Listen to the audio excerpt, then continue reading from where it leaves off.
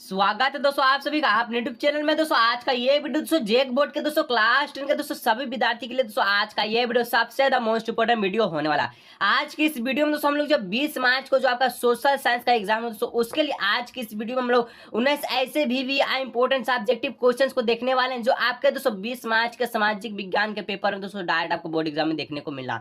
Same to same question मिलने वाला है दोस्तों। अगर वीडियो को अंत तक देखते हैं और अंत तक देख के जाते हैं दोस्तों और जितना भी दोस्तों उजाऊ सर के तहत तो चलिए दोस्तों आज का ये शानदार वीडियो का स्टार्ट करते हैं। जितना भी दोस्तों को जरूर शेयर कीजिए और अगर दोस्तों चैनल पर पहली बार आए चैनल को सब्सक्राइब करने के साथ साथ दोस्तों बेल आइकन को जरूर से प्रेस कर लीजिएगा और जितना भी दोस्तों को जरूर शेयर कीजिएगा और अभी तक वीडियो को लाइक नहीं किया दोस्तों एक बार वीडियो को एक लाइक कर लीजिएगा, ठीक है। जिस प्रकार से दोस्तों इस समय आपको पता है कि यहाँ पर आपको पंजीयन संख्या भरना, ठीक है, पंजीयन वर्ष भरना है, ठीक है। ये आपका सामाजिक विज्ञान का पेपर दोस्तों 20 मार्च को होने वाला सामाजिक विज्ञान का पेपर है।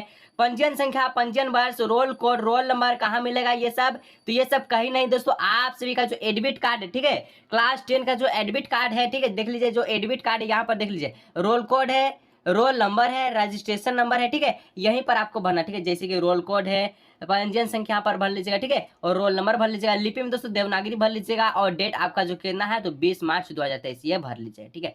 तो चलिए आज का ये शानदार वीडियो का स्टार्ट करते हैं दोस्तों और एक एक प्रश्न को देख कर जाए दोस्तों ताकि बोर्ड एग्जाम में एक भी गलती ना कर पाए, ठीक है। चलिए आज का ये शानदार वीडियो का स्टार्ट करते हैं। देखिए दोस्तों सबसे पहले आपको क्वेश्चंस पेपर में, ठीक है, जो सोशल साइंस का एग्जाम का 20 मार्च को, उसमें तो आपको पता है कि पंजीयन संख्या सब तो शुरू में भरना है और वो सब नहीं भरेगा तो आपको जो रिजल्ट ही पेंडिंग में चला जाएगा, ठीक है। तो यहाँ पर देखिए सबसे पहले बोलता है अति लघु उत्तरीय प्रश्न, ठीक है। यहाँ पर आपको अति लघु उत्तरीय में 7 गो टोटल प्रश्न पूछा है दोस्तों, 5 गो का उत्तर देना और आपको 10 नंबर दोस्तों अति लघु उत्तरीय में पक्का करना है। तो चलिए हम लोग देखते हैं पहला प्रश्न कहता है, पहला प्रश्न कहता है दोस्तों कि हेनरी फोर्ड कौन था, ठीक है। हेनरी फोर्ड दोस्तों कौन था, बहुत इंपॉर्टेंट वीडियो है दोस्तों। वीडियो को अंत तक देखिए और जितना भी दोस्तों को जल्द से जल्द शेयर कीजिए और अभी तक वीडियो को लाइक नहीं किया तो वीडियो को लाइक कर लीजिए, ठीक है। हेनरी फोर्ड कौन था, तो दोस्तों उत्तर में लिखना है हेनरी फोर्ड कारों का एक बहुत बड़ा निर्माता, ठीक है। हेनरी फोर्ड कौन था, कारों का एक बहुत बड़ा निर्माता था, ठीक है। हेनरी फोर्ड कारों का एक बहुत बड़ा निर्माता था, एक शब्द में उत्तर देना था, चलिए यानी एक लाइन में, ठीक है। चलिए अब नेक्स्ट 2 नंबर का प्रश्न कहता है दोस्तों, क्या कहता है कि औद्योगिक क्रांति से आप क्या समझते हैं, औद्योगिक क्रांति से आप क्या समझते हैं। देखिए उत्तर में देना कि औद्योगिक क्रांति उस क्रांति को कहा जाता है जिसने 18वीं शताब्दी में 18वीं शताब्दी के उत्तरार्ध में उत्पादन की तकनीकी में आश्चर्यजनक रूप से क्या परिवर्तन कर दिए थे। इस क्रांति का श्रीगणेश इंग्लैंड से ही हुआ है। इस क्रांति का श्रीगणेश कहने का मतलब दोस्तों औद्योगिक क्रांति है क्या, तो औद्योगिक क्रांति उस क्रांति को कहते हैं, किस क्रांति को, तो जिसने 18वीं शताब्दी में क्या किया, तो 18वीं शताब्दी में उत्तरार्ध में उत्पादन जो भी वस्तु उत्पादन होता उसकी तकनीकी में दोस्तों आश्चर्यजनक रूप से पूरा ही परिवर्तन कर डाला। इसी दोस्तों हम लोग औद्योगिक क्रांति कहते हैं, ठीक है। और इस क्रांति का जो शुरुआत है श्री गणेश बोले या शुरुआत बोले दोस्तों ये इंग्लैंड से हुआ था, ठीक है। ऑप्शन अगर एमसीक्यू पूछे कि औद्योगिक क्रांति का शुरुआत कहाँ से हुआ तो इंग्लैंड, जहां भी ऑप्शन रहेगा चेक कर लीजिए, ठीक है, यानी कि राइट कर लीजिए, ठीक है। तो चलिए नेक्स्ट बढ़ते हैं, प्रश्न क्या है तो 3 नंबर प्रश्न की ओर बढ़ते हैं, ठीक है। 3 नंबर बोलता है दोस्तों क्या कहता है कि क्षेत्रीय दल, क्या दल, क्षेत्रीय दल दोस्तों क्या है, ठीक है। देखिए तो क्षेत्रीय दल क्या है, तो क्षेत्रीय दल ऐसा राजनीतिक दल जो अपने क्षेत्र के हित के लिए काम करे। क्षेत्रीय दल का मतलब क्या होता है, ऐसा राजनीतिक दल जो अपने क्षेत्र के हित के लिए दोस्तों कार्य करता है उसे क्या कहते हैं, क्षेत्रीय दल कहते हैं, ठीक है। और इनकी कार्य करने का जो दायरा यह सीमित होता है। कहने का मतलब है कि जो राजनीतिक दल जो अपने क्षेत्र, अपने ही क्षेत्र है, दूसरे क्षेत्र नहीं, सिर्फ यहाँ अपना क्षेत्र है और दूसरा इसका क्षेत्र है, यहाँ नहीं, सिर्फ अपना क्षेत्र में के हित के लिए जो सुविधा वहां पर उपलब्ध कराएगा इसी को दोस्तों हम लोग क्षेत्रीय दल कहते हैं। और इनका कार्य करने का जो यानी कि काम करने का जो क्षमता है ये दायरा यानी कि सीमित होता है, ठीक है। चलिए अब नेक्स्ट 4 नंबर क्या कहता है, तो 4 नंबर कहता है दोस्तों क्या कहता है कि खरीफ फसल किसे कहते हैं, ठीक है। खरीफ फसल किसे कहते हैं, तो ऐसी फसल जिन्हें जून जुलाई में बोते हैं, कब बोते हैं, जून जुलाई, गर्मी के मौसम में, ठीक है। गर्मी के मौसम में दोस्तों उनको बोते हैं और अक्टूबर के आसपास क्या करते हैं, अक्टूबर के आसपास में काट लेते हैं, उसे खरीफ फसल कहते हैं। जैसे दोस्तों अगर एक आपको उदाहरण के तौर पर बोले कि खरीफ फसल किसे कहता है और उदाहरण दे दीजिएगा, नहीं बोलता है दोस्तों, अगर उदाहरण देना मनता है, ठीक है, धान यहाँ लिख दीजिए, ठीक, उदाहरण के तौर पर धान ये आपका खरीफ फसल होता है, ठीक है। चलिए 5 नंबर कहता है, क्या कहता है कि नेपाल में किस तरह की शासन व्यवस्था है, तो नेपाल में दोस्तों किस तरह की शासन व्यवस्था है, तो नेपाल में संघीय लोकतांत्रिक शासन व्यवस्था, ठीक है, संघीय लोकतांत्रिक शासन व्यवस्था है। इस तरह से दोस्तों अभी तक हम लोग 5 को प्रश्न देखे और अभी तक जो लाइक नहीं किया है, ठीक है, ध्यान से सुन ले, जो वीडियो को लाइक नहीं किया एक और वीडियो को लाइक, जितना भी दोस्तों को जरूर शेयर कीजिएगा और अगर दोस्तों चैनल पर पहली बार आए चैनल को जरूर से जरूर सब्सक्राइब कीजिए दोस्तों। इतना मेहनत के लिए एक बार इन तीनों का जरूर से प्रयोग कीजिए। चलिए हम लोग नेक्स्ट बढ़ते हैं 6 नंबर प्रश्न की ओर, ठीक है। चलिए दोस्तों नेक्स्ट प्रश्न है 6 नंबर, क्या कहता है 6 नंबर की विदेशी निवेश से क्या तात्पर्य। विदेशी निवेश से क्या तात्पर्य, या क्या जानते हैं विदेशी निवेश के बारे में, ठीक है, उसको लिखना है। ठीक है, देखिए उत्तर में लिखिए क्या लिखना है कि जब कोई बाहरी देश, जब कोई बाहर देश है, ठीक है, यहाँ उसका देश है और यहाँ पर रहेगा, यानी कि देखिए समझ ली पहले, जब कोई बाहरी देश या कंपनी द्वारा हमारे देश में या हमारे देश की कंपनियों में निवेश करता है, मान के चलिए ये जापान है, ठीक है, ये जापान है दोस्तों, ये भारत है, ठीक है, तो ये मैं क्या करा, तो ये जापान से जो बाहरी देश से कंपनियां हमारे भारत की कंपनियों में निवेश करा, उसी को हम लोग कहते हैं विदेशी निवेश। ठीक है, विदेशी निवेश कहते हैं। ठीक है, चलिए 7 नंबर कहता है उदारीकरण से आप क्या समझते हैं। ठीक है, उदारीकरण से आप क्या समझते हैं, ये दोस्तों आप सभी का वेरी शॉर्ट का लास्ट क्वेश्चन है 7 गो। ठीक है, इसमें से दोस्तों 5 ही का उत्तर देना था। ठीक है, 7 मत दीजिएगा, इनकी चालाकी का काम करके 7 दीजिए, तो 7 में दोस्तों आपको 14 नंबर मिल जाए, तो ऐसा नहीं होगा। ठीक है, और आपका नंबर भी काट लेगा, तो इसलिए 5 ही का उत्तर दीजिएगा। ठीक है, देखिए उदारीकरण का क्या अर्थ होता है, तो उदारीकरण का अर्थ ऐसे नियंत्रण में ढील देना या उन्हें हटा लेना है जिससे आर्थिक विकास में अधिक विकास को क्या मिले, तो सहायता मिले। उदारीकरण का मतलब है दोस्तों ऐसा नियंत्रण में ढील दिया जाए या उन्हें हटा लिया जाए पूरी तरह से, जिससे आर्थिक विकास को क्या मिले, तो बढ़ावा मिले। ठीक है, आर्थिक विकास को बढ़ावा मिले, इस तरह से दोस्तों यहाँ पर उदारीकरण का अर्थ होता है। ठीक है, तो इस तरह से हम लोग 7 गो प्रश्न देख लिए वेरी शॉर्ट का। चलिए नेक्स्ट बढ़ते हैं दोस्तों, लघु उत्तरीय प्रश्न है जिसको हम लोग कहते हैं शॉर्ट आंसर टाइप क्वेश्चन। इसमें भी दोस्तों टोटल 7 गो प्रश्न पूछेगा, 8 से लेकर 14 तक का प्रश्न में दोस्तों आपको सिर्फ और सिर्फ 5 गो प्रश्न का उत्तर देना और 15 नंबर आपको लघु उत्तरीय यानी कि शॉर्ट टाइप आंसर क्वेश्चन में पक्का करना है। ठीक है, चलिए देखते हैं कि कैसा प्रश्न पूछा है।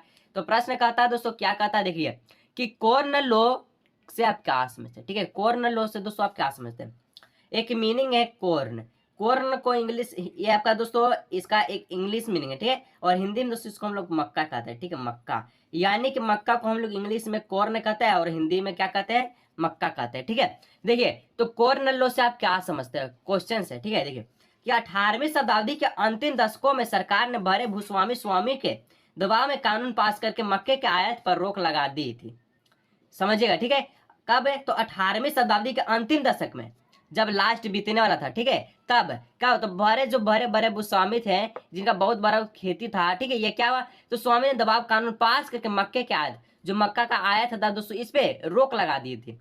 जिस कानून की सहायता से मक्के के आयात पर रोक लगाया गया उसे ही हम लोग कॉर्न लॉ कहते हैं। सिंपल दोस्तों, अगर एक बार देखते हैं समझ के देखते हैं तो बोर्ड एग्जाम में तहलका और 90 पार। ठीक है, 90 पार ये लिख लीजिए। ठीक है, चलिए नेक्स्ट है 9 नंबर प्रश्न की ओर बढ़ते हैं। और जो लाइक नहीं किया दोस्तों तो लाइक कर लीजिएगा, इसमें कोई कटौती नहीं होना चाहिए। ठीक है, कहता है प्रश्न क्या कहता है कि सूरत बंदरगाह 18वीं सदी के अंत तक हाशिए पर पहुंच गया था, क्यों, संक्षेप में उत्तर लिखे। ठीक है, सूरत बंदरगाह 18वीं शताब्दी के अंतिम दशक में, ठीक है, क्या हुआ, अंत में हाशिए पर पहुंच गया था, संक्षेप में उत्तर दीजिए ऐसा क्यों। ठीक है, देखिए उत्तर में लिखना, मशीनों का युग से पहले अंतरराष्ट्रीय बाजार में भारत के सूती कपड़ा का दबदबा रहता था।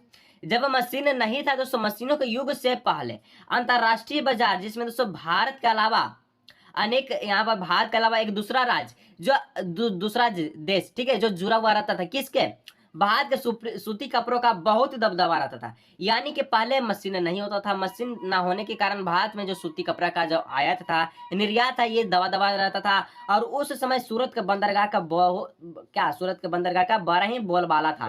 ठीक है, यानी कि सूरत का जो बंदरगाह है दोस्तों, इसमें जो सूती कपड़ा जो बनता था इसका बहुत ही बोलबाला था, वहां से बहुत ज्यादा निर्यात होते थे। ठीक है, बहुत ज्यादा, यानी कि निर्यात करने का मतलब क्या है, तो वहां से बहुत ज्यादा जो माल उत्पादन होता था। पर जब क्या यूरोपियन कंपनी ने अपना पैर पसारना, ठीक है, यूरोपियन कंपनी, ध्यान रखिए यूरोपियन कंपनी, अगर आपको प्रश्न का जवाब पता है और लिखने का तरीका नहीं पता है तो आपको अच्छा नंबर नहीं देता है एग्जाम में। ठीक है, जैसे कि देखिए यहाँ पर यूरोपियन कंपनी है। ठीक है, इसको अगर ब्लैक पेन से दोस्तों हेड यहाँ पर अगर आप इसको ठीक अंडरलाइन करते हैं तो दोस्तों इससे जो एग्जामिनर का जो सारा ध्यान है आपके कहीं पर नहीं पड़ेगा, बल्कि यहाँ पर बनेगा, जिससे दोस्तों अगर ये मीनिंग अच्छी तरह से लिखा हुआ और समझ में आता है तो दोस्तों इससे बहुत अच्छा नंबर मिलता है। ठीक है, तो इस ट्रिक का अपना अप्लाई जरूर कीजिए। ठीक है, और अगर कोई दिक्कत होता है कमेंट सेक्शन में कमेंट कीजिए। ठीक है, तो जब यूरोपियन कंपनी ने अपना पैर पसारना शुरू किया तो क्या हुआ, तो सूरत के तट पर स्थित बंदरगाह का निर्यात कम होने लगा और वे हाशिए पर चले गए। ठीक है, यानी कि सूरत के बंदरगाह पर बहुत ही ज्यादा कम बिक्री होने लगा, इसलिए क्या हुआ, तो जो सूरत के बंदरगाह है यह 18वीं शताब्दी के अंत में हाशिए पर पहुंच गए थे, जिसका मेन रीजन था यूरोपियन कंपनी ने अपना पैर पसार लिया था। तो इस तरह से से दोस्तों अभी हम लोग 9 प्रश्न देखे हैं और लाइक नहीं किया तो एक बार वीडियो को लाइक, और जो चैनल पर पहली बार आए चैनल को दोस्तों सबसे पहले सब्सक्राइब करके नोटिफिकेशन बेल को जरूर से ऑल पे प्रेस कर लीजिएगा। ठीक है, चलिए नेक्स्ट प्रश्न की ओर हम लोग बढ़ते हैं। चलिए दोस्तों नेक्स्ट प्रश्न है 11 नंबर। कहिएगा सर 10 नंबर का प्रश्न क्या हो गया सर, 9 के बाद 10 है। देखिए दोस्तों 10 नंबर का जो प्रश्न है ये लगता है छूट गया है। ठीक है, और इसका दोस्तों अगर आप चाहेंगे तो इसका मैं वीडियो लेकर आऊंगा 10 नंबर का स्पेशल। ठीक है, और नहीं है तो दोस्तों कोई दिक्कत की बात नहीं है, आपको इसमें से टोटल 5 को कहीं सही जवाब देना था तो 5 को का दे दीजिएगा, कोई दिक्कत की बात नहीं है। ठीक है, उतना ही नंबर मिलेगा। ठीक है, तो दोस्तों प्रश्न कहता है, क्या कहता है कि राजनीतिक दलों के सुधार के उपाय में बताएं। ठीक है, उपायों के बारे में बताना है। देखिए तो राजनीतिक दल में क्या क्या सुधार हो सकता है, उत्तर में लिखना है कि राजनीतिक दल में सुधार के लिए निम्नलिखित प्रयास किए गए हैं। ठीक है, क्या क्या किए गए हैं, तो उच्चतम न्यायालय ने पैसा और अपराधियों का प्रभाव कम करने के लिए एक आदेश जारी किया है। उच्चतम न्यायालय ने पैसा और अपराधियों का जो प्रभाव ये कम करने के लिए एक आदेश जारी किया है, जिसके कारण चुनाव लड़ने वाला हर एक उम्मीदवार को अपनी संपत्ति के ब्यौरे का शपथ पत्र अनिवार्य कर दिया गया है। यानी कि दोस्तों जो क्या हुआ है, तो राजनीतिक दल में सुधार करने के लिए जो चुनाव लड़ता हर एक उम्मीदवार उसके अपनी संपत्ति का, यानी कि कितना खर्च कर पाता, कितना खर्च करता है या किसका अच्छा काम करता है, इसके संपत्ति का ब्यौरे शपथ पत्र दिलाना पड़ता है। और तीसरा पॉइंट है कि विधायकों और सांसदों को दल बदल रोकने के लिए संविधान में संशोधन किया गया है। ठीक है, दल बदल रोकने के लिए संशोधन किया गया। चलिए 11 देख लिया हम लोग, चलिए 12 नंबर प्रश्न की ओर चलते हैं। और जो लाइक नहीं किया दोस्तों तो एक बार वीडियो को लाइक जरूर से कीजिएगा। ठीक है, चलिए कहता है प्रश्न दोस्तों कि लोकतंत्र किस प्रकार का वैध शासन व्यवस्था है। ठीक है, लोकतंत्र किस प्रकार का वैध शासन व्यवस्था है, उत्तर लिखिएगा लोकतंत्र एक वैध शासन व्यवस्था है। जैसे कि दोस्तों मैं आपको बता दिया, अगर ये आपका जो मेन पॉइंट है ये बहुत इंपॉर्टेंट, तो अगर इसको अंडरलाइन करते हैं तो एग्जामिनर का सारा ध्यान दोस्तों यहीं पर जाएगा। ठीक है, एक वैध शासन व्यवस्था है, लोकतंत्र में जनता के समर्थन के बिना कोई भी नई सरकार नहीं बन सकती। क्या लोकतंत्र में ऐसा होता है कि बिना जनता के अलावा सरकार बन जाती है? नहीं, ऐसा सिर्फ तानाशाही में होता है, राजा का बेटा ही राजा बनता है। लेकिन लोकतंत्र में ऐसा कोई भी नियम नहीं है। अगर आप जिसको वोट देना चाहते हैं, जिसको मत देना चाहते हैं, उसी उम्मीदवार को वोट या मत दे सकते हैं, अन्यथा किसी को नहीं, आपका मर्जी है। ठीक है, यहाँ पर लोकतंत्र में यही होता है। ठीक है, यह केवल लोकतंत्र में ही संभव है। जैसे कि मैंने आपको बताया, जब कोई सरकार अल्पमत में आ जाती है, यानी कि उसका त्याग पत्र आना होता है, तो क्या कहता है, वह त्याग पत्र देना पड़ता है और उसकी वैधता खत्म हो जाती है, और उसकी सरकार यानी कि उसकी सरकार की समाप्ता यानी कि वैधता खत्म हो जाती है और उससे कोई लेना देना नहीं है। जैसे कि अभी है इधर प्रधानमंत्री नरेंद्र मोदी जी। ठीक है, चुनाव अगर दोस्तों अगर इसमें इनका वोट होता है, यानी कि ये जीतते हैं तो ठीक है, नहीं जीते तो क्या, अब इनको प्रधानमंत्री कहिएगा? नहीं कहेंगे। तो इसी तरह से दोस्तों इनकी वैधता हो जाए, समाप्त हो जाए। ठीक है, चलिए अब 13 नंबर का प्रश्न कहता है कि यहाँ पर 13 नंबर क्या कहता है कि विकास में ऋण की भूमिका का विश्लेषण कीजिए। अगर ऋण नहीं, मान के चले कोई व्यक्ति को ऋण लेना है तो उसके लिए विकास कैसे हो सकता है, उत्तर विकास में ऋण की बहुत ही महत्वपूर्ण भूमिका होती है। ठीक है, कैसे होती है, तो विकास में दोस्तों ऋण की एक ऐसी भूमिका है जब कोई व्यक्ति ऋण लेकर नया कारोबार स्थापित कर सकता है। क्यों दोस्तों, अगर मान के चले आप किसी भी व्यक्ति को 50,000 ऋण का जरूरत है, लोन का जरूरत है, ठीक है, और ये अपना कारोबार स्थापित करना चाहता है और ये समझ रहा है कि मेरा कारोबार में ठीक है कि वृद्धि होगा, तो इसको लोन कहाँ से मिलेगा? बैंक से मिलेगा। अगर वृद्धि हो गया तो क्या होता है, ऋण इसके लिए जो है दोस्तों सहायक बना, 50 लाख 1.5 लाख ये कमाते चला गया। ठीक है, तो इसी को कहते हैं। ठीक है, नया उद्योग लगा सकता है या वस्तुओं का व्यापार कर सकता है, जिससे उसकी आय में क्या वृद्धि होती है और उसका जीवन स्तर सुधरता है। ठीक है, अतः ऋण देश के विकास के लिए बहुत ही क्या होता है, महत्वपूर्ण भूमिका निभाता है। ठीक है, इसे आप सहमत है कि नहीं, कमेंट कीजिएगा। ठीक है, चलिए नेक्स्ट बढ़ते हैं 14 नंबर प्रश्न की ओर। चलिए दोस्तों नेक्स्ट प्रश्न है दोस्तों 14 नंबर, क्या कहता है, ऋण की शर्तें का उल्लेख करें। अभी हम लोग देखे ऋण की एक महत्वपूर्ण भूमिका कैसे निभाता, महत्वपूर्ण भूमिका आपके जीवन के लिए। अब है ऋण की शर्तें, तो ऋण लेने के लिए शर्तें क्या क्या है ये तो जानना पड़ेगा। हाँ सर, देखिए ऋण लिखा गया, ठीक है, यहाँ पर होता है ऋण, ठीक है, इसको काट के कर लीजिएगा ऋण। ठीक है, आंसर में दोस्तों गड़बड़ी हो गई। चलिए कोई दिक्कत नहीं सर, आप है तो कोई दिक्कत नहीं। चलिए ऋण के लिए निम्नलिखित शर्त है, होता है क्या होता है, तो ऋण लेने वाले बैंकों को अपने आय का प्रमाण पत्र देना पड़ता है। जब बैंक से कोई व्यक्ति ऋण लेता है तो उसको आय का प्रमाण पत्र इसलिए देना पड़ता है ताकि बैंक को लगे कि ये ऋण मुक्त यानी कि ऋण को चुका सकता है कि नहीं। मान के चलिए कोई व्यक्ति 80,000 रुपये पर मंथ, यानी कि यहाँ पर मंथ तो कमाएगा नहीं तो ऋण ले नहीं सकता।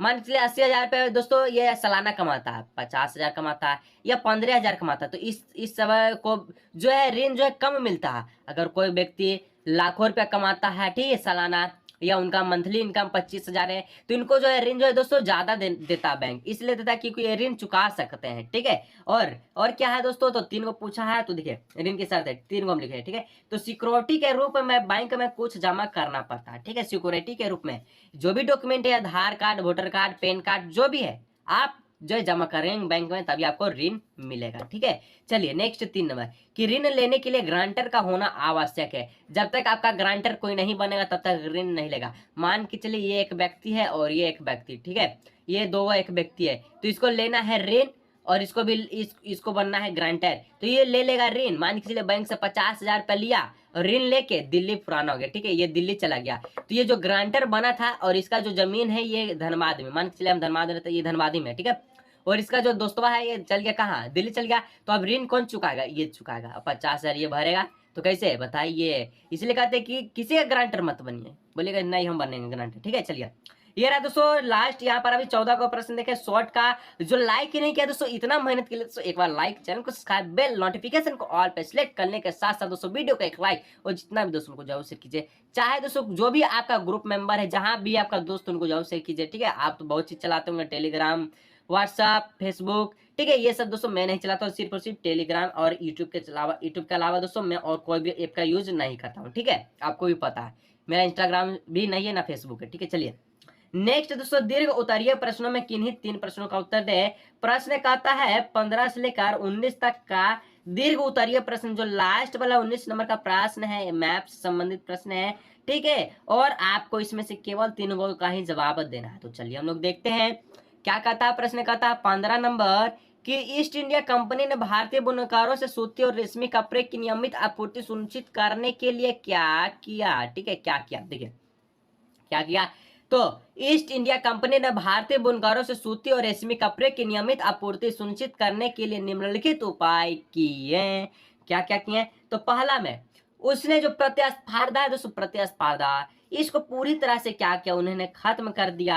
लागतों पर अंकुश रखने और कपास व रेशम से बनी चीजों की नियमित आपूर्ति सुनिश्चित करने के लिए प्रबंधन और नियंत्रण के लिए एक नई व्यवस्था की लागू की। सर इतना स्पीड बोल दिए, समझा दीजिए। देखिए अब समझाते हैं, ठीक है, क्यों दोस्तों समझना ही जरूरी है, रटना नहीं है। जो लिख दिए हैं इसको भी समझ के जाइएगा ना जी। बोल रहे हैं 40 में दोस्तों छीन नहीं सकता, 39 अर्थ दोस्तों यहाँ से पक्का है, कोई नहीं छीन सकता, ठीक है, कोई नहीं छीन सकता, इसलिए कर रहे हैं, देख के जाएगा और एक लाइक जरूर से कीजिएगा, ठीक है। देखिए तो प्रतिस्पर्धा को खत्म कर दिया, लागतों पर अंकुश रखा दिया, कपास से बनी वस्तुओं क्या नियमित आपूर्ति सुनिश्चित करने के लिए प्रबंधन किया, नियंत्रण किया और एक नई व्यवस्था को लागू कर दिया, बस इतना ही से है। 2 नंबर कि ऋण कम नहीं, यहाँ पर देखिए क्या लिखा है कि कंपनी ने कपड़ा व्यापार में सहकारी व्यापारों और दलालों को खत्म करने तथा बुनकरों पर ज्यादा प्रत्यक्ष नियंत्रण स्थापित करने की कोशिश की, ठीक है। तीसरा कि कंपनी ने क्या किया, कंपनी ने बुनकरों पर निगरानी रखने, माल इकट्ठा करने और कपड़े की गुणवत्ता को जांचने के लिए क्या कहते, तो वेतन भोगी कर्मचारी तैनात कर दे, जिन्हें गुमास्ता कहते हैं, ठीक है। तो इस तरह से दोस्तों ईस्ट इंडिया कंपनी ने भारतीय बुनकरों, रेशमी और सूती कपड़े की नियमित आपूर्ति क्या बोलता है, आपूर्ति सुनिश्चित करने के लिए निम्न उपाय किए। उसने क्या क्या, तो प्रतिस्पर्धा कम, लागतों पर अंकुश रखाया, जो बुनकरों था इस पर निगरानी रखने के लिए, माल इकट्ठा करने के लिए तैनात है, कर्मचारी भोगी तैनात किया था, जिसको हम लोग गुमास्ता कहते हैं। ये 15। नेक्स्ट बढ़ते हैं 16 नंबर को, जल्दी जल्दी दोस्तों हम लोग बढ़ते हैं, ठीक है। चलिए दोस्तों नेक्स्ट प्रश्न है 16 नंबर, क्या कहता है कि किन कारणों से लोकतंत्र को अनुशासन व्यवस्था से बेहतर बताया गया है। देखते हैं कि लोकतंत्र में जनता का अपना मर्जी है, किसी भी को वोट दे सकता है, अपना मर्जी के अनुसार कहीं भी जमीन खरीद या बेच सकता है, ठीक है। देखिए तो निम्नलिखित कारणों से लोकतंत्र को अनुशासन व्यवस्था से बेहतर बताया गया है। तो पहला जो रीजन है कि लोकतांत्रिक शासन व्यवस्था में अंतिम सत्ता जनता के हाथों में होती है, जनता अपने शासकों का चुनाव करते हैं और जब चाहे जब उनके पदों से हटा सकती है, बस यही एक जनता में लोकतंत्र में तो जनता का एक अधिकार होता है कि वो सरकार के द्वारा जितना भी चीजें जानकारी काम है या किसी भी विकास योजना है उसका जानकारी ले सके, या जो भी सरकार है अगर वो उससे उसके प्रति अच्छे काम नहीं करता उसको पद से क्या कर सकता है, हटा सकता है, ठीक है। जब आपका भी 18 वर्ष हो जाएगा तो आपको भी ये हक मिलेगा, ठीक है। 2 नंबर लोकतांत्रिक शासन में सरकार जनता का प्रति उत्तरदायित्व होती है, इसलिए वह संविधान के नियमों तथा जनता के हितों को ध्यान में रखकर कानून बनाती है, ठीक है। तीसरा लोकतंत्र देशों में लोगों को वोट डालने, चुनाव लड़ने और राजनीतिक संगठन बनाने के अतिरिक्त विभिन्न सामाजिक और आर्थिक अधिकार को भी क्या करता है, प्राप्त करता है। तो लोकतंत्र है दोस्तों, आपका जो भारत एक विशाल लोकतांत्रिक देश है और आप लोकतंत्र में ही रहते हैं और लोकतंत्र के बारे में कुछ नहीं जानेंगे तो बेकार है, ठीक है। तो ये सब दोस्तों तो आम बात है, या तो आपको जानना होगा। अब बढ़ते हैं 17 नंबर प्रश्न की ओर। क्या कहता है, तो कहता है प्रश्न है कि मुद्रा आवश्यकताओं के दोहरे संयोग की समस्याओं से किस प्रकार से सुलझाती है, उदाहरण देकर समझाइए, ठीक है। तो चलिए हम इसका उदाहरण देकर समझाते हैं किस प्रकार से होगा कि मुद्रा आवश्यकताओं के दोहरे संयोग, दोहरे मतलब उसका पुनः चक्रण करने से, ठीक है, दो बार बार इसका जो उपयोगी होने से क्यों यहाँ पर सुलझाती है। देखिए, तो मुद्रा आवश्यकताओं के दोहरे संयोग की समस्याओं का बहुत ही आसानी तरह से आसानी तरह से सुलझाते हैं। जिस व्यक्ति के पास मुद्रा है वह इसका विनिमय किसी भी वस्तु को खरीदने या सेवा के लिए आसानी से कर सकता है, ठीक है। अगर आपके पास पैसा है, पैसा को ही हम लोग मुद्रा कहते हैं, तो आप किसी भी वस्तु को खरीद सकते हैं, ठीक है, और उसको बेच भी सकते हैं। तो लेकिन इसके लिए क्या होना चाहिए, मुद्रा का आवश्यकता होना, मुद्रा का होना चाहिए, ठीक है, होना जरूरी है। आवश्यकताओं का दोहरा संयोग विनिमय प्रणाली को एक अनिवार्य विशेषता है कि जहां मुद्रा का उपयोग किए बिना वस्तुओं का विनिमय होता है। क्या बोलता है, आवश्यकताओं का दोहरा संयोग विनिमय प्रणाली की एक अनिवार्य विशेषता जहां मुद्रा का उपयोग किए बिना वस्तुओं का विनिमय होता है। इसकी तुलना में ऐसे अर्थव्यवस्था जहां मुद्रा का प्रयोग होता है, मुद्रा महत्वपूर्ण मध्यवर्ती भूमिका प्रदान करने में करके आवश्यकताओं के दोहरे संयोग को क्या करता है, जरूरत का खत्म करता है। तो बस दोस्तों, मुद्रा है तो आप किसी वस्तु को खरीद बेच सकते हैं, मुद्रा की सहायता से आप कहीं जा सकते हैं। मुद्रा के बारे में जो भी पता है लिख दीजिए, कोई दिक्कत नहीं, एक भी नंबर नहीं कटेगा, ठीक है। चलिए नेक्स्ट बढ़ते हैं 18 नंबर और 19 नंबर। दो गो प्रश्न बच्चा दिया है, लाइक नहीं किया है तो लाइक करके चैनल को सब्सक्राइब कर दीजिएगा, ठीक है। चलिए दोस्तों नेक्स्ट प्रश्न है 18 नंबर। क्या कहता है, प्रारंभिक जीवन निर्वाह कृषि का वर्णन करे, ठीक है। देखिए, जब किसी खेत में केवल इनकी, ठीक है, इतनी उपज होती है, जब किसी खेत में इतनी उपज होती है कि उसके परिवार का पेट किसी भी तरह भर पाए, तो ऐसे खेती को प्रारंभिक जीवन कृषि निर्वाह का कहने का मतलब है दोस्तों, अगर कोई भी कृषि है, कोई भी किसान है, अगर वो उत्पादन करता है गेहूं, चावल या धान, उनको उसका भी अगर उसके उत्पादन किए गए वस्तुएं से उसके पेट भर जाता है, तो इसको हम लोग प्रारंभिक जीवन निर्वाह कृषि कहते हैं। और इस तरह की खेती जमीन के छोटे टुकड़ों पर की जाती है। अगर बड़ा टुकड़े पर किया जाएगा तो क्या 40 किलो 20 किलो क्विंटल गेहूं मुझे क्या 20 किलो किसान खा लेगा, नहीं सर। इससे उन बाजार में बेचेगा, बाजार में बेचने से मुद्रा मिलेगा, मुद्रा से क्या होगा, तो जीवन का रोटी रोजी अनेक दिन तक चलेगा, अनेक गहना पहनेगा, इस तरह से होता है, ठीक है। आदिम औजार तथा परिवार की सहायता से इस तरह की खेती की जाती है और इस प्रकार की खेती मुख्य रूप से मानसून पर और जमीन के प्राकृतिक उर्वरकों पर निर्भर होती है। अगर जलवायु अच्छा रहा, वर्षा अच्छा रहा तो फसल अच्छा होगा, वर्षा खराब रहा तो अगर मानसून खराब रहा तो फसल बर्बाद, ठीक है। तो ऐसी खेती में जलवायु अनुसार फसल का चुनाव किया जाता है। जैसे धान के दिनों में धान रोपा जाता है और गेहूं के दिनों में गेहूं रोपा जाता है। तो क्या अगर धान का जो जून जुलाई में धान रोपते हैं, क्या इसको आप ठंडा के दिन में रोपेगा तो जितना भी धान है सब खराब, उगवे नहीं करेगा। गेहूं के दिन है दोस्तों ठंडा, इसको गर्मी में रोपिएगा, उगवे नहीं करेगा। चलिए समझ गए, वीडियो को लाइक कर के दीजिएगा, ठीक है। और लास्ट 19 नंबर का प्रश्न है और मैप में तहलका मचा के आइएगा और 5 नंबर पक्का करके आइए, ठीक है। कहता है दिए गए मानचित्र के आधार पर 5 प्रमुख गेहूं उत्पादक राज्यों के नाम लिखें। 5 टोटल 5 क्या क्या हो जाएगा, देखिए आपको बताते हैं, ठीक है। सबसे पहले दोस्तों मैप में जानकारी होना चाहिए कि किस प्रकार से चिन्हित करना है, ठीक है। मैप में यही आपको सबसे पहले जरूरी होना चाहिए। देखिए मैं आपको कुछ बता देता हूं ताकि आपको मैप में एक नंबर ना कटे, ठीक है। 5 गो गेहूं उत्पादक, देखिए पेंसिल आ गया ना, पेंसिल का उपयोग करना, ठीक है। मान लीजिए 5 गो गेहूं उत्पादक राज्यों का, ठीक है। कौन कौन राज्य है 5 गो गेहूं उत्पादक, देखिए सबसे पहले दोस्तों ये आपका जो राज्य दिख रहा है 1 नंबर दे दीजिएगा, यहाँ पर ऐसे कर दीजिएगा, ये है उत्तर प्रदेश, ठीक है। यहाँ पर लिख दीजिएगा उत्तर प्रदेश, ठीक है। ये आपका एक गेहूं उत्पादक राज्य हो गया, एक हुआ है। कैसे मान लिया सर कि यह उत्तर प्रदेश है, तो मुझे पता है, क्या आपको पता है कमेंट कीजिएगा, ठीक है। पता है तो कोई दिक्कत नहीं दोस्तों, नहीं पता है तो भी कोई दिक्कत नहीं, मैं 5 नंबर पक्का ही है, ठीक है। अब देखिए दोस्तों 2 नंबर में ऐसे तीर दे दीजिएगा, ठीक है। ये है दोस्तों ये आपका जो राज्य है ये है हरियाणा, ठीक है।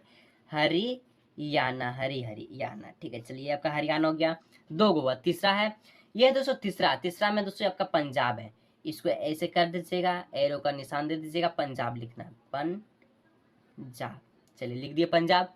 ठीक है, अब नेक्स्ट दोस्तों ये आपका है 4 नंबर में राजस्थान। इसे पॉइंट दीजिए, राजस्थान लिख दीजिए। ठीक है, अब नेक्स्ट दोस्तों ये है, अब ये कौन सा राज्य है, तो ये है दोस्तों आपका मध्य प्रदेश। तो इसको 5 नंबर दे दीजिए, यहाँ पर मध्य प्रदेश लिख सकते हैं। ठीक है, मध्य प्रदेश। ठीक है, अगर दोस्तों आपको इसको 1 मानना है तो इसको 1 मान सकते हैं, इसको 5 मानना, किसी भी को मान सकते हैं, कोई दिक्कत की बात नहीं है। सिर्फ 5 गो जो राज्य है, गेहूं उत्पादक राज्यों का नाम आपको दर्शाना है। तो इस तरह से दोस्तों मैप में आपको दर्शा के समझा दिए। और अगर दोस्तों आज का ये वीडियो आपको अच्छा लगता है और 19 प्रश्नों के साथ दोस्तों आज का ये वीडियो समाप्त करते हैं। और कमेंट में बताइए कि 10 नंबर का आपको जो प्रश्न का वीडियो चाहिए नहीं चाहिए। अगर नहीं चाहिए दोस्तों बता दीजिए। ठीक है, तो मैं यानी कि मेरा बेस्ट जो टाइम है वेस्ट ना हो। तो दोस्तों आज का ये वीडियो का यार, अगर वीडियो अच्छा लगता है वीडियो को लाइक, चैनल को सब्सक्राइब कीजिए। दोस्तों मिलेंगे हम लोग इसी तरह भी और भी नए वीडियो में।